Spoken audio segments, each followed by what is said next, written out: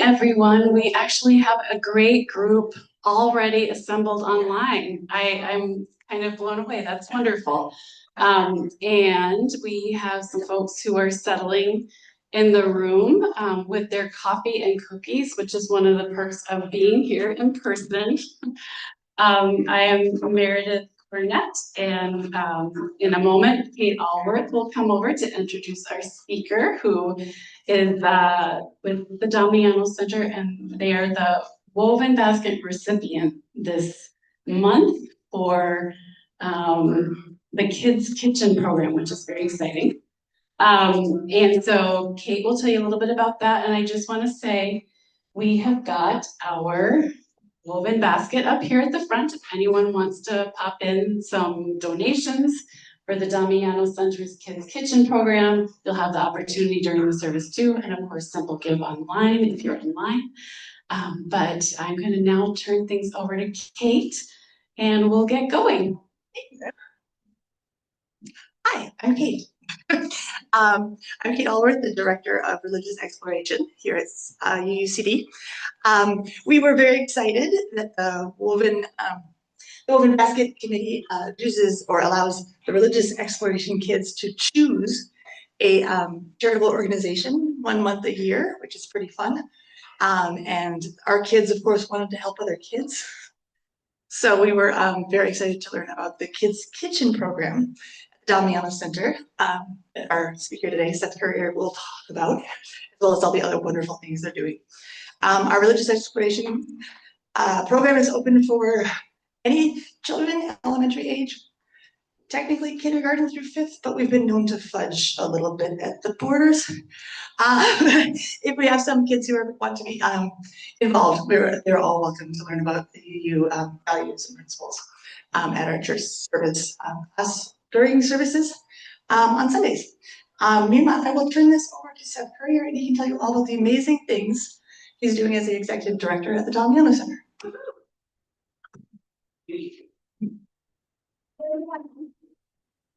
Hi, everybody. Thank you so much for allowing me to come. I love coming to this and talking at this event. I did this, my first time I think was during COVID, and we were all on Zoom and we were all behind screens, and then I have done it one other time as well. So we're so honored that you picked Kids Kitchen as the recipient of the Woven Basket, and talk about Kids Kitchen, and I'll talk a little bit more in the service just about, but I'll also talk about all the things that we do, because there's a lot going on at the Damiano Center, and it all affects kids, and it all affects all of our community. And so I'll talk about what we do, and then more I'll talk about why we do what we do. So Damiano Center, it has been around since 1982. Our first meal was March 15th, 1982. So we just celebrated 44 years. And honestly, we haven't missed a regular scheduled meal since. We don't serve all the meals. We serve 15 meals a week, and that's ebbed and flowed over the years. But even during COVID, we flipped it in one day, and we were serving out in the parking lot. March 15th, we stopped serving. No, March 14th, we stopped serving, and then March 15th, we were out in the parking lot. And we figured out how to make that happen, and did it all through COVID. And yeah, I mean, there are times where there's a blizzard or something, or we lose power once in a while. We won't have a meal, but most of the time, we make it happen here in Duluth, and that's pretty beautiful. And so we have that program. That's our oldest program at the Damiano. And then the other food program we have is Kids Kitchen. And that is a really, really beautiful program. And it's ebbed and flowed over the years as well. That program, it started because there was nothing else in the neighborhood. At that time, kids didn't have anywhere to go, and kids were getting locked out. I'll tell a little story in there, but the kids were like, they just, if they aren't in their house, they're just walking around the neighborhood. And so back in 2001, Kids started, and it has moved throughout the building, and it has ebbed and flowed, but there's always been food. Food has been a huge part of that, and in a lot of different factors. So kids just eating a meal, that's so important, because sometimes a healthy meal is not available, and so that is something that we provide 4 days a week, Monday through Thursday. After school program, but then it runs the same time in the summer. So it's 2:30 till 5:30. And so kids can come, a lot of them get dropped off on the bus, or they will get dropped off at home and then walk over. And they come in and get a snack. And so we have snack that people can take and they get as much as they want, but there's, all these healthy snacks they can, and sometimes there's some not healthy snacks, but those are good too. And then kids can come and go. It's a drop-in center. So we have kids that will stay the whole time.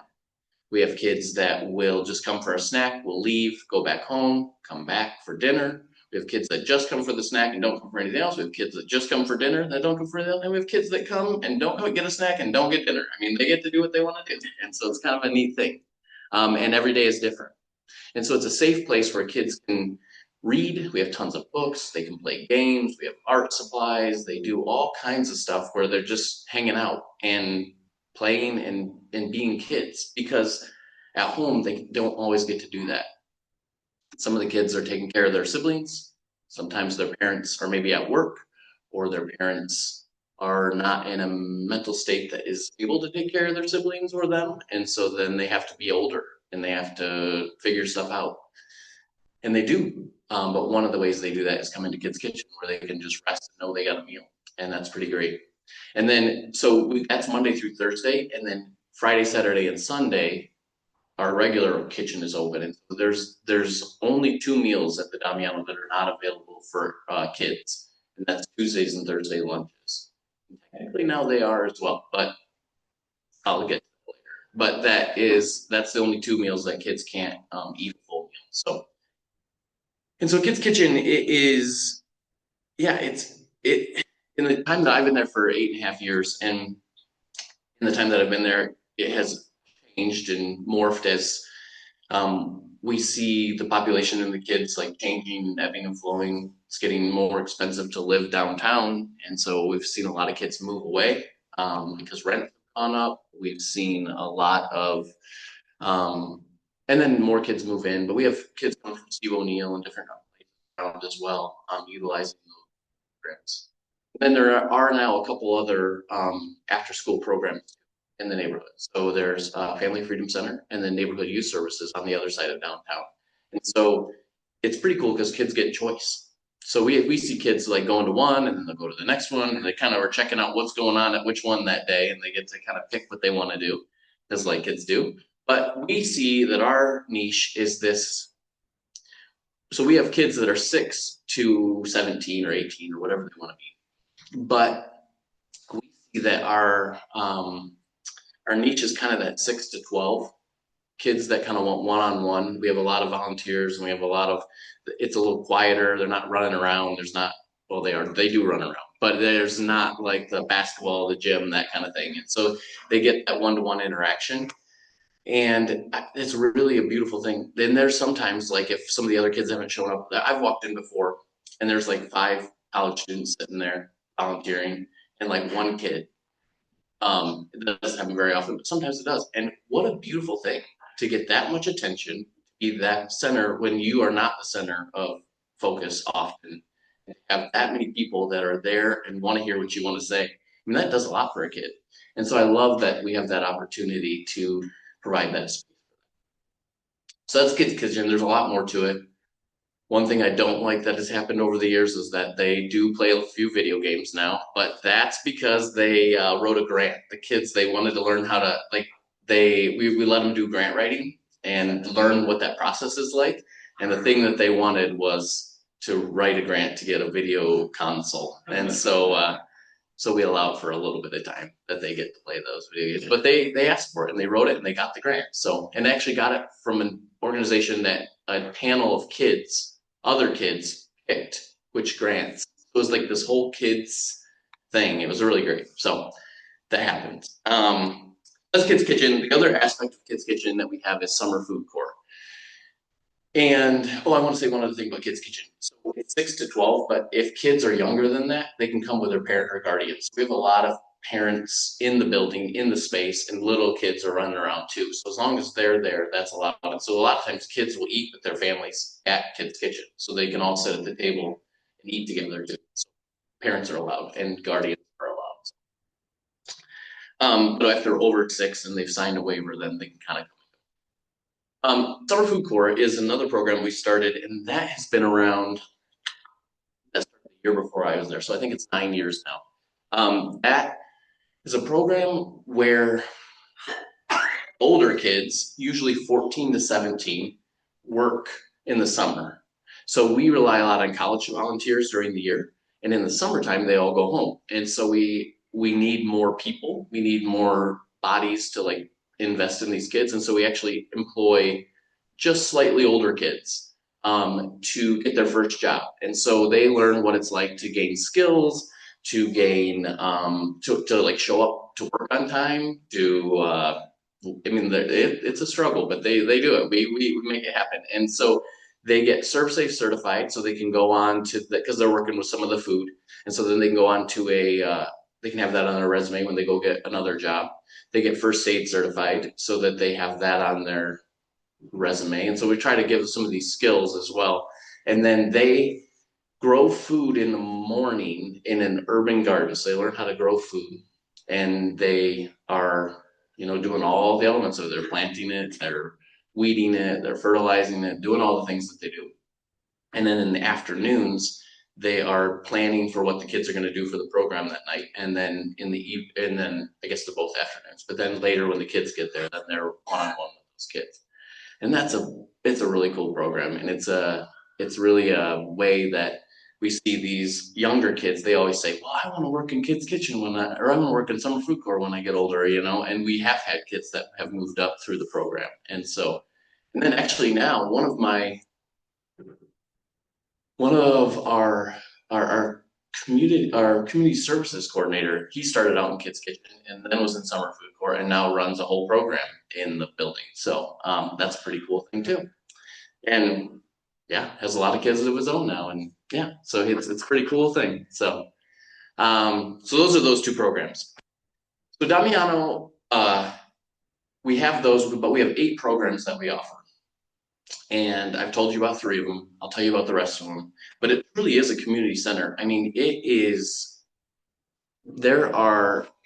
so many people coming through there. We have right now we have 6 other nonprofits that are also in that space. And so Damiano is both a landlord and a service provider. And so the beautiful thing about that is that we have other nonprofits that are experts in their field also providing services to our guests that we don't have to provide. And so then it spreads that out and it allows people to get more services in one stop. And it's really a community center, and it's really, really beautiful that way. And I'll get into what those are. But Damiano's other programs are our community services program. That's the one that I was talking about, and Willie runs that, and that's the gentleman that I mentioned. And that is our basic needs. That covers everything. I mean, people could come and get hygiene packs. They can use a free phone. We have contraceptives available. We have Narcan available. We have just like lots of things that people can grab and go. And then we also have when people move into a new apartment, they can get set up with pots, pans, plates, cups, bowls, coffee pots, microwaves, blankets, cleaning supplies, all the things that you need that really set you back if you get a new apartment and then you don't have the ability to buy that stuff. And so we can provide that for people. And then if people are like living out and they need blankets or things like that, we provide those as well, but we don't, and pots and pans if they're like camping and things like that. But we kind of keep it more for people who are moving into that apartment, but we do supply those things as well. It's pretty great when people come in, like I was in there one time working, and a woman came in and she said, in my apartment building, my neighbor's apartment caught on fire and everything I own smells like smoke. I have 4 kids. And we're able to say, yeah, we got you. And we can just give all that stuff again and turn that around and send it back out. And all of that comes through donations. I mean, people just give their stuff that they don't need anymore, and then we turn it around and give it right back to people. And it's amazing to me that it actually works. I've been there 8.5 years and I'm kind of confused by it. It's a little bit of a statement about our consumerist economy, I think a little bit, but at least our guests are benefiting from it. So that is that program. We also give out bus passes. We give out daily bus tokens. We give out gas vouchers for people who are currently employed to help them if gas or transportation is a factor that we give one time a year people can get those because we just buy these things cash. And so then we are able to help them get to the next paycheck so they don't lose their job because of inability to get there. So trying to have some different levels of not just like basic needs, but also some other stats as well. And then we have mail there as well, so where people can get, it looks like they live at the Damiano, but they don't. Well, now they do with Chum, and I'll get to that. But like people who don't live at the Damiano can have their mail sent there, and it doesn't say Damiano Center on it. It just says their name, and then they've signed a waiver. We have their name, and so when the mail comes in, we're able to make it look like they have a residence, so that when they're getting employed, they can get the paychecks there, they can get all of their documents there, or if the place they're living is not a safe place to get mail, they can get all that there. So lots of different things coming out of that office. Then we have 2 clothing programs. We have our free store. We're the largest free store in the Twin Ports, and that is where people can come get a bag of clothes a day, 5 days a week, and that is just they are given a bag. They go in. They can fill it as much as they want, and then in the hallway we still have coats, sweatshirts, and all that stuff. Hats, mittens, gloves that don't count towards that bag of clothes. That's all in the hallway. But inside the thing, they get the one bag. They get a whole shopping experience for about a half hour. They can go around and find what they need. And that program is crazy to me because that moves between 15 and 21,000 items of clothes a month. So lots of clothes flowing through there. And that's a really amazing thing. That's the one that is a real testament to our consumerism and all of that. But and then we have our Clothes That Work, and that is a program for people who have an interview coming up. They can get 2 sets of clothes, so they feel confident for that interview, dress clothes or whatever it might be, whatever's appropriate for that interview. And then once they get the job, they can come back and get 5 sets of clothes every 3 months. So you'd think that would be like dress clothes, but not really. I mean, some, sure, but nobody, post-COVID, people don't really wear dress clothes, number one. Number two, a lot of our guests, maybe they have a job that they would need that, but a lot of times it's black clothes working in food service, it's construction clothes, steel toe boots, Carhartt, stuff like that that's like really expensive to have. But if you don't have steel toe boots and you get a trades job, you have to have the boots before you walk on the job. But you don't have the money to buy the boots to walk onto the job. So it's this catch-22. We really try to have that stuff available for people. They might be used or something like that, but it allows people to get started. And then we have nursing scrubs. We have a lot of techs, vet techs and PCAs and things like that come through. And so a lot of people have those clothes. And then we have just jeans and like, that's a lot of jobs. And then like the dress clothes for working at like Superwoman, like shirt, black pants, black shoes. So a lot of that coming through there. Okay, and then other programs we have, let's see, we have our hygiene unit in the summer. Yeah, we have our hygiene unit in the summer, and that is just a place where people can get showers. We started that during COVID, spring through fall, and that is a really beautiful thing, and it works in conjunction with the warming shelter that Chum runs, and so there people can get showers all year round. And then we have our safe storage, which is a place where people can store their clothes or their valuable items or whatever they might need. That's probably the program we get the most about, that people like. It's run like a safe deposit box, and people can get those clothes that they need or whatever's they need. They can have that stuff so that it's safe and they know it's there. And it's this whole system, and they don't need an ID. We take their photograph and they can give us whatever name they want, and then we just have we just see their picture, and then all of their bins are just numbered, and so nobody knows who's, and the only people that are allowed in there are staff. It's all on camera, it's all secure. There's a key card that we know who went in there, so we take it really, really seriously. That's a really cool program that we have. And then, well, Safe Bay is not a Damiano program, that's a Chum program. And that was in the Damiano for the first 2 years. And that was Chum running it, utilizing the Damiano services, Damiano parking lot, Damiano entryway, Damiano like hygiene unit. But yeah, so then we moved it up to the vineyard when we moved Chum shelter into the Damiano, because we didn't want to have both populations in the same place. And so now it's up at the vineyard, but that's Chum runs that, yeah. But we work in conjunction. We're always working together on that. And then the other program that we have is, maybe I got them all. Yeah, I think I got them all. Yeah. And so then we have 5 other nonprofits in the space too, and they're doing recovery stuff, and they're doing mentoring things, and they're doing mental health things, and they are doing outreach, and they're doing harm reduction. And so it's really beautiful in that way. And then we have Chum upstairs. The Chum shelter is now in the Damiano, and there's 120 to 150 people living there every night upstairs. And then they have access to all the services that we provide throughout the building every day. And it's beautiful because right now Damiano only serves 15 meals a week. So there's 6 meals that Damiano doesn't serve. Wow. And rather than, but Chum needs to provide those meals for everybody. So they're required to provide all meals every day. And so we have this great partnership because we are working together in this community in ways that I'm blown away by and that we've been working towards for a long time, but now we're at this place where it is true collaboration and it is exciting and there's more coming. But the mission, Damiano and Chum work together really, really closely because we're all doing this work and we don't want to overlap. And so the mission provides those 6 meals that we don't provide. And so now the mission, since they're already making them, they cook them on their site. They then bring them over and serve them out of the Damiano, and then they give them to Chum. Chum serves them out of the Damiano kitchen for the meals that we don't serve. So we're not paying we don't have to hire extra staff to run those meals and cook those things. So we're making it efficient. Like the things, they're already being made in one place, so we might as well not make them in another place. And so we're working together in that way. And we're coming up with all kinds of innovative and cool things that are looking, I mean, that are doing that, you know, and there's a lot more coming.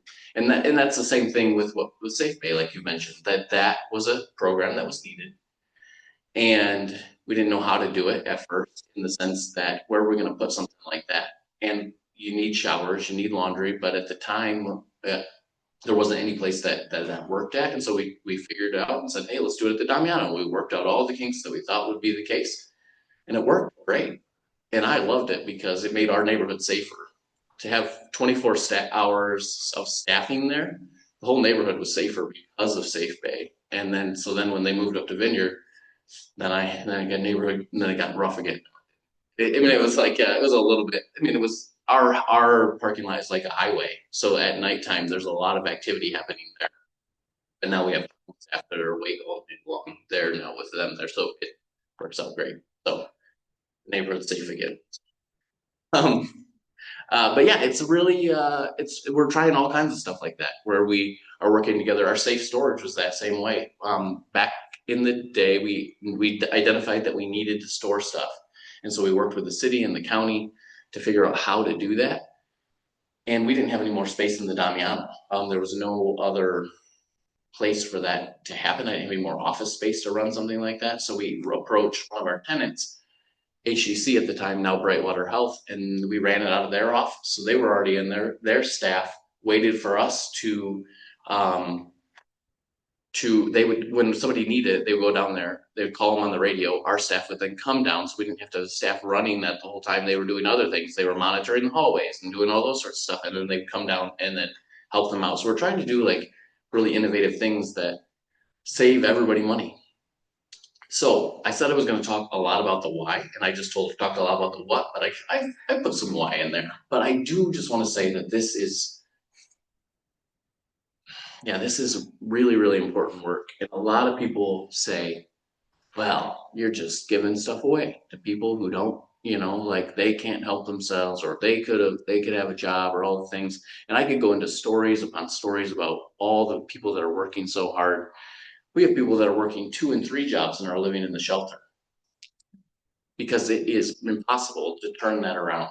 And they are great. They're doing great. I mean, I can be out at different restaurants and different places, and I'll see people that I know live in the building, and I'll just nod to them, and they'll just nod to me because there's no reason that people should know that they're living in the shelter.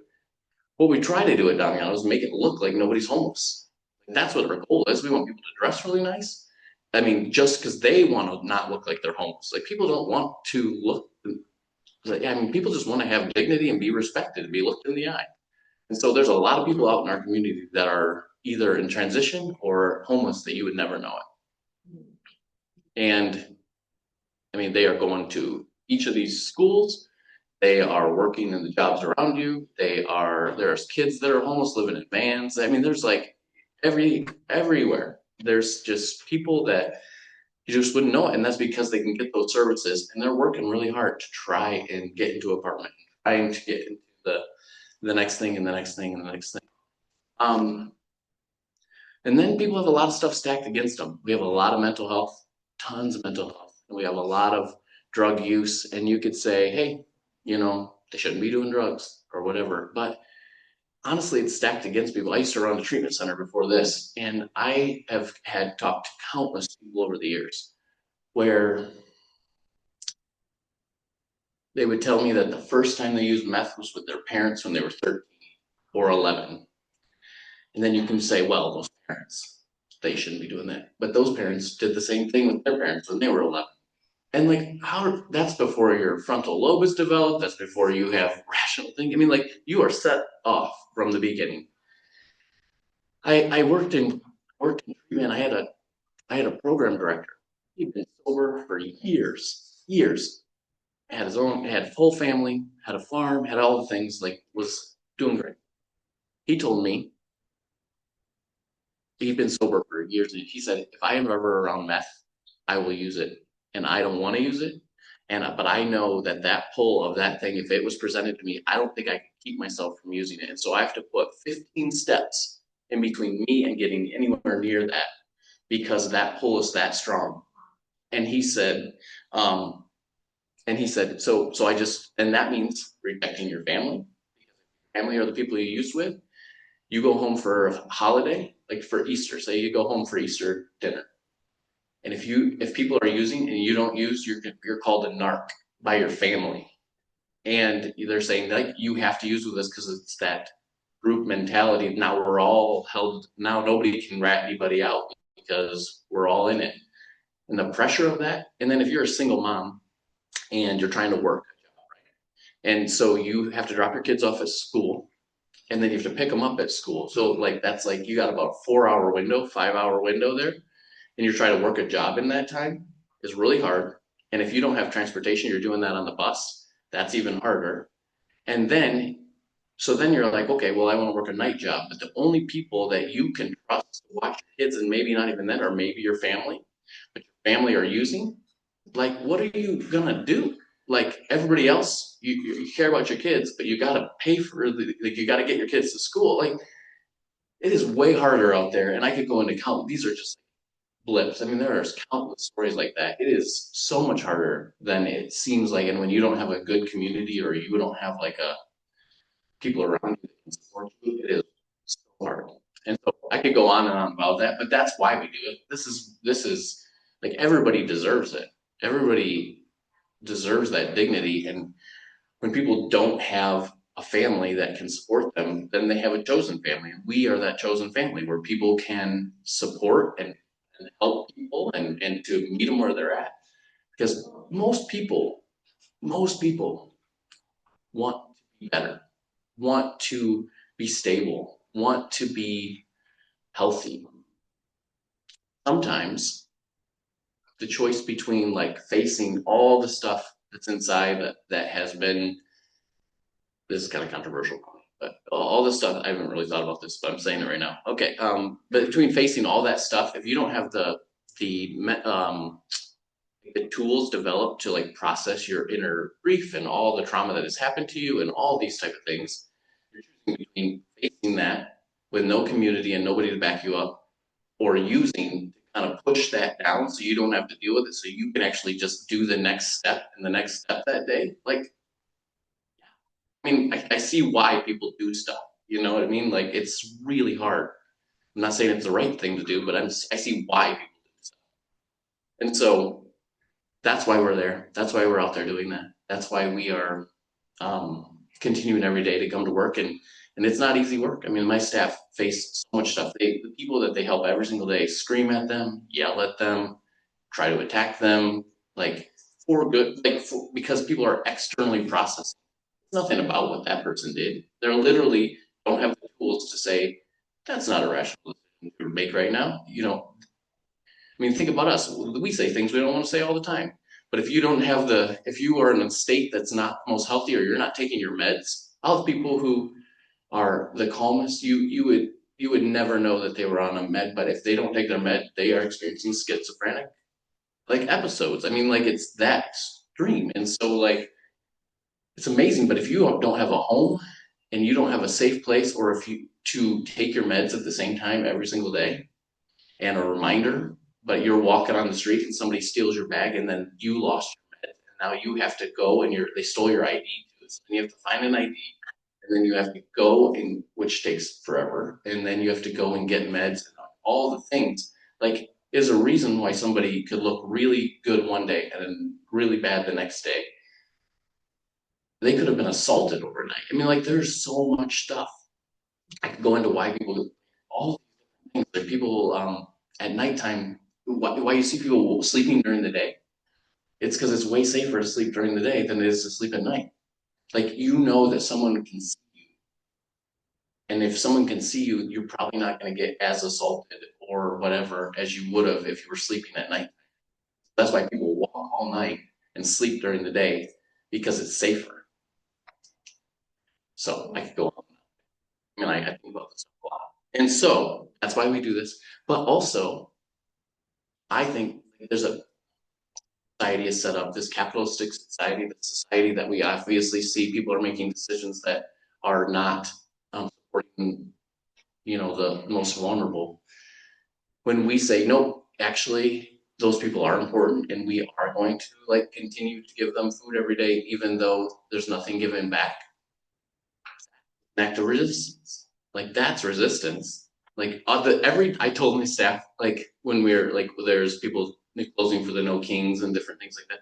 Like, every day we're open is an act of resistance. So we're staying open because those are people's lives and their food and all that. And so that's why we do it. So okay, I'm talking a lot. We need questions. Yes. Yeah, yeah, we have questions. So I don't know whose hand went up first. I'm going to Barb, and then we'll go to Therese, and I'll keep monitoring the chat to see if anyone in Zoom land has a question too.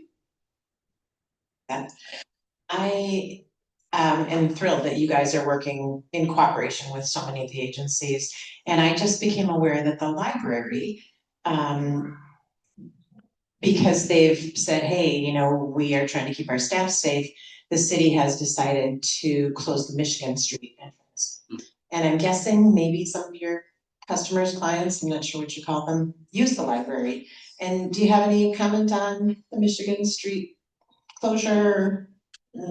What we can do maybe to support, and in conjunction working with the library? Any thoughts about that? Honestly, so yes, many of our guests I utilize the library. Every time I go into the library to go get books on the second floor, I just was eating lunch next to that person. I was, like, it's just, community center is a place where people can utilize the computer and all the time. So yes, the library is a beautiful resource that we cannot lose, because it serves so many of our guests, including executive directors and people who are homeless. So, and everybody in between. And so yes, it's a beautiful thing. As far as the closure of the Michigan Street entrance, I don't have any specific, I haven't thought about that, or I don't have any specific say on that, except for the fact that I will just say this. When I first got to the Damiano, it was chaos, in that we had all of our doors open and people could come in any door and leave any door. And so we would see a lot more fights. We would see a lot more, just like people hiding out, doing different things, stuff like that. COVID required us to use one entrance and then exit through other entrances.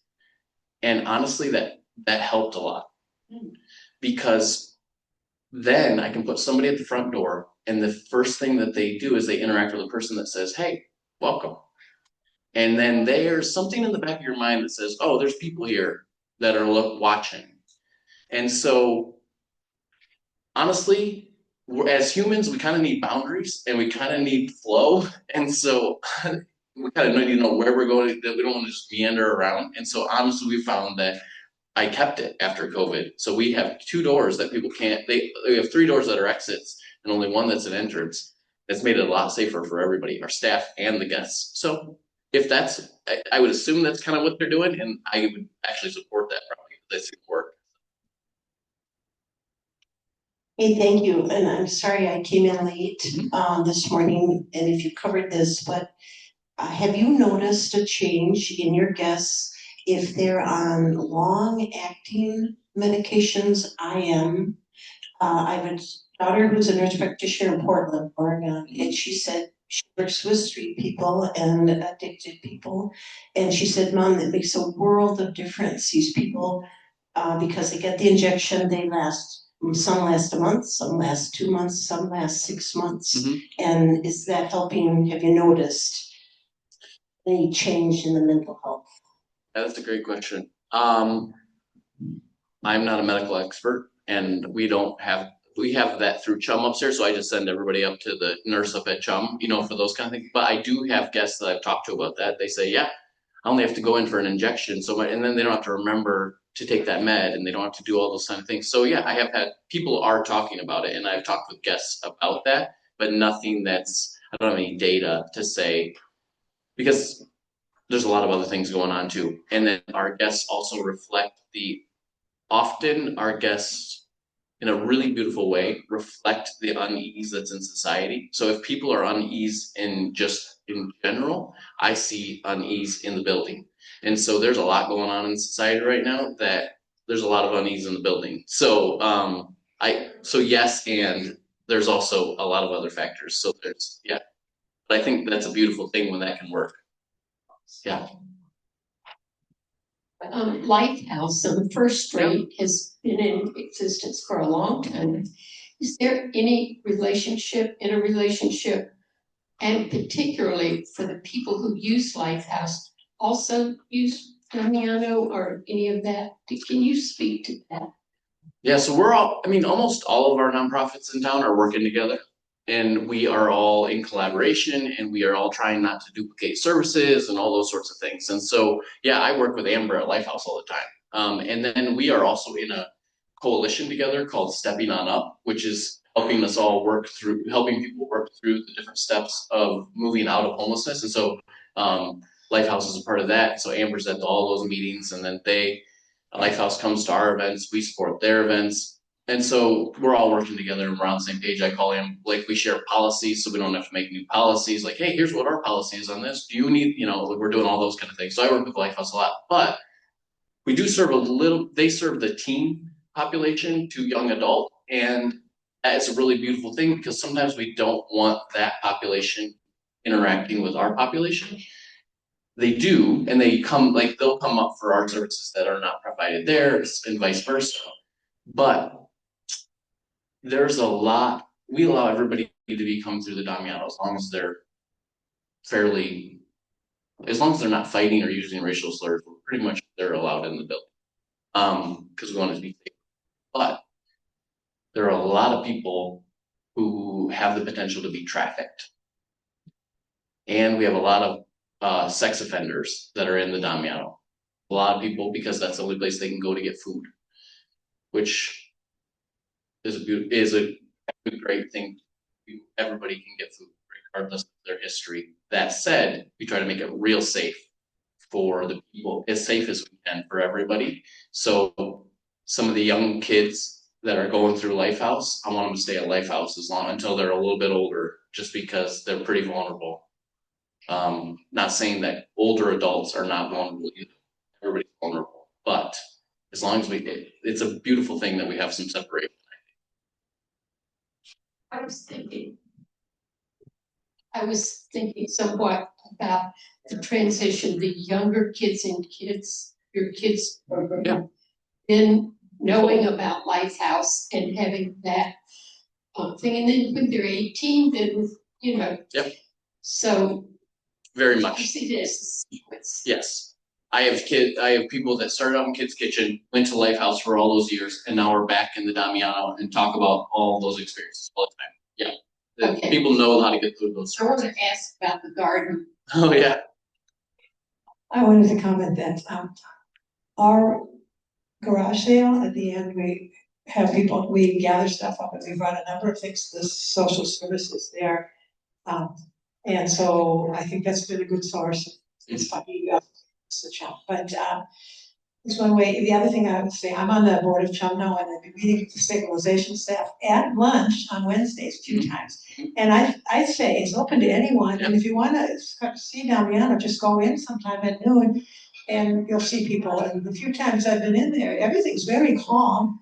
People, generally as a rule, are picking their trays up, they're doing what's asked of them, they're interacting positively. It is, and it's a great collaboration. I know the Chum staff really appreciates we'll have a lunch there and just the services on the same place. Yeah. So it's been great to see the way you work together. Yeah, it's an interest, like, yeah. We changed the name. It used to be called the Soup Kitchen, and we changed it to the Community Kitchen. I think it was before COVID, but because we wanted to get it to be, there's like stigma around soup kitchen, but this idea of the community kitchen.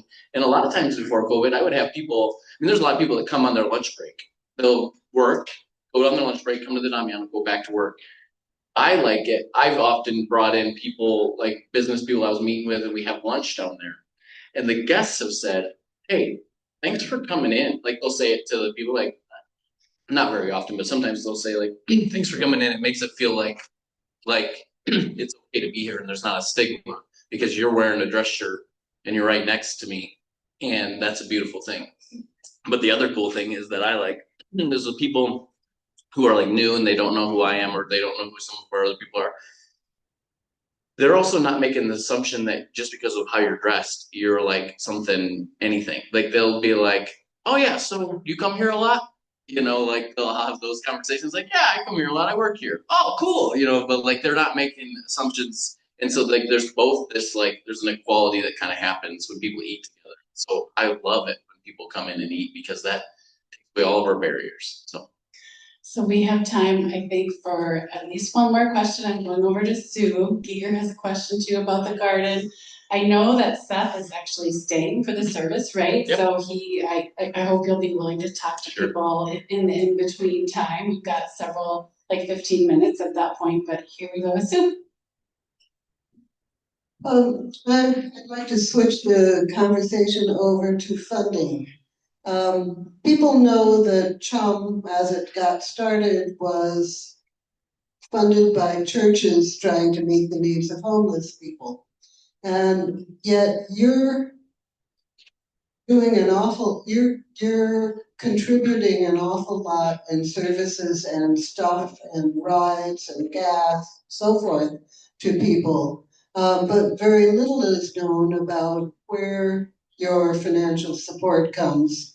And that's a segue to our woven basket contribution. And so I guess it's two questions. The first is, where do you get your support to do all that you do? And the second is, what would our 1 month of contributions be helpful for you? How would that be used? Sure, great question. So we are funded.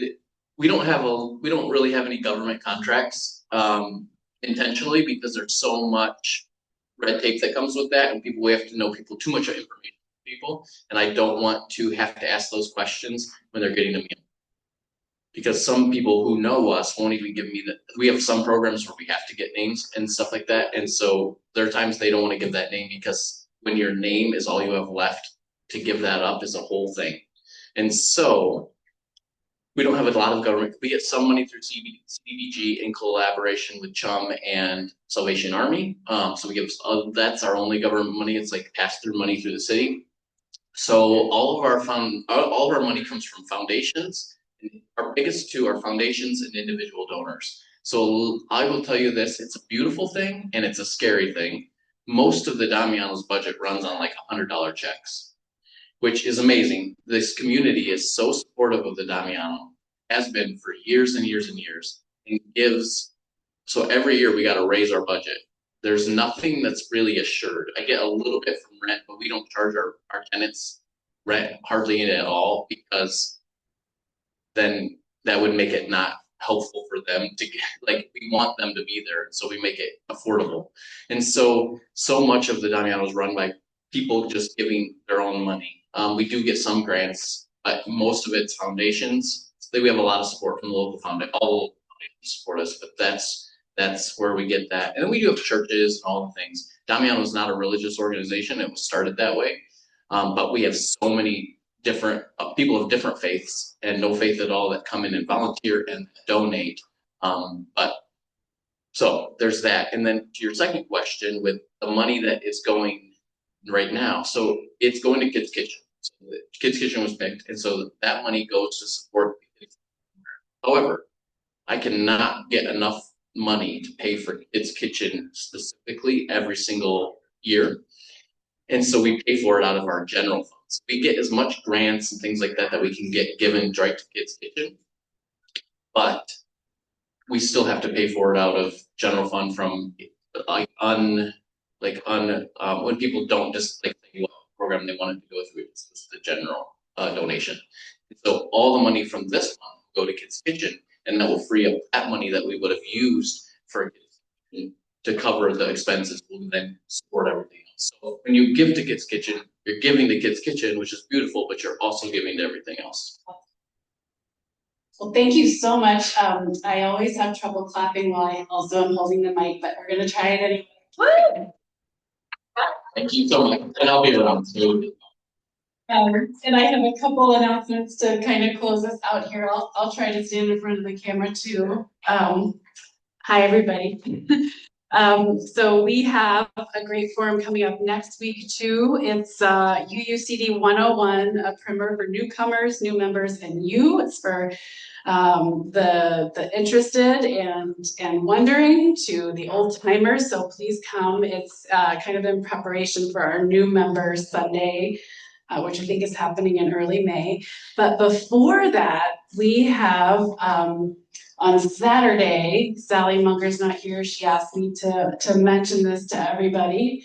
Bad Faith, Christian Nationalism's Unholy War on Democracy at 2 p.m. Saturday, April 11th. So this is a film screening right here. And my understanding is that we will have one of the filmmakers call in and there will be a Q&A with them. So I think it's going to be a great event. I plan on being here too. So it's everything, but thank you again, Seth, for being here. There's a woven basket up front if you need to leave, but also we'll pass it during the service as usual. Thanks again, everybody.